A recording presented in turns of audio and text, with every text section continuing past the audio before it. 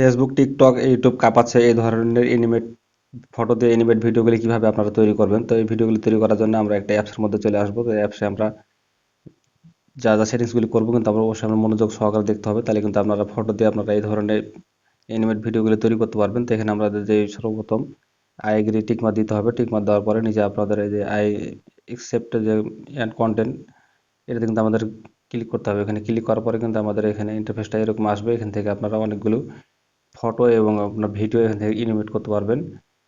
তো এখান থেকে আপনি চাইলে পরে আপনি ভিডিও এনিমেট করতে পারেন এবং ফটো দিয়েও কিন্তু আপনি এখানে ভিডিও এনিমেট করতে পারবেন।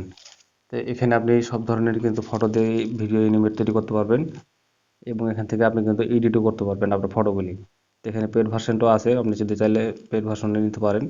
এখান থেকে যদি আমরা ফ্রিতে কাজ করবো তাহলে আমরা এখান থেকে ফ্রিতে যেই অপশনগুলি দেখতে পাচ্ছি সেগুলি কিন্তু আমাদের এখান থেকে নিতে হবে, যেগুলি প্রো এবং সেগুলি কিন্তু অবশ্যই আমাদের টাকা দিয়ে পারচেস করে তারপরে কাজগুলি করতে হবে। তো এখান থেকে আমরা ফ্রিতে অনেক সুন্দর সুন্দর কিন্তু আমরা অ্যানিমেট ভিডিও তৈরি করতে পারি এখান থেকে খুব সহজে, আপনারা দেখতে পাচ্ছেন। তো আমরা যদি উপরে ক্যাটাগরিগুলি দেখি, তো এখানে অনেক ধরনের ক্যাটাগরি আছে, সেই ক্যাটাগরি অনুযায়ী কিন্তু আপনি এখান থেকে ফটো ভিডিও অ্যানিমেট করতে পারবেন।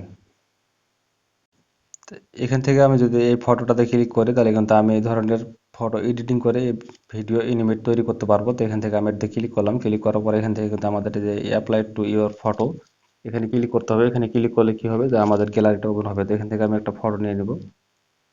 তো আপনি একটা গ্যালারি থেকে ফটো নিয়ে নেবেন, নেওয়ার পরে এখানে যে ফটোটা আসবে এখানে দেখতে পাচ্ছেন তীর অপশন একটা দেখা যাচ্ছে, এটাতে ক্লিক করবেন। তো এটা স্ক্রিন রেকর্ডের ক্ষেত্রে কিন্তু এটা অন্ধকার দেখা যাচ্ছে, কারণ এখানে কিন্তু এটা স্ক্রিন রেকর্ডের নিষেধ আছে, এই কারণে কিন্তু এটা এরকম কালো দেখতে পাবেন আপনারা।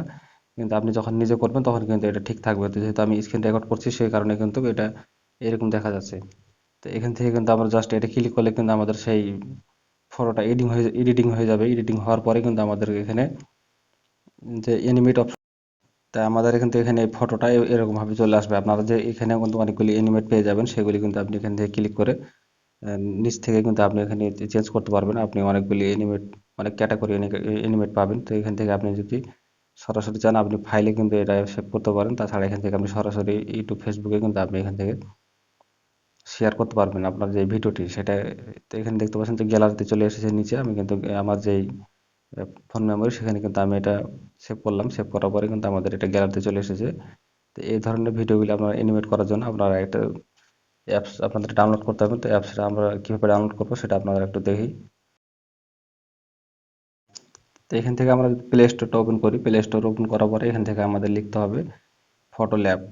তো ফটো ল্যাব লিখার পরে কিন্তু আপনাদের সামনে এই অ্যাপসটি চলে আসবে। তো এখান থেকে আপনাদের দেখাচ্ছে, আমি ফটো ল্যাব লিখে সার্চ দিলাম, সার্চ দেওয়ার পরে এখানে দেখতে পাচ্ছেন যে এই অ্যাপসটি কিন্তু আপনারা এখান থেকে ডাউনলোড করবেন, তাহলে কিন্তু আপনাদের এখান থেকে সরাসরি এই কাজটা করতে পারবেন।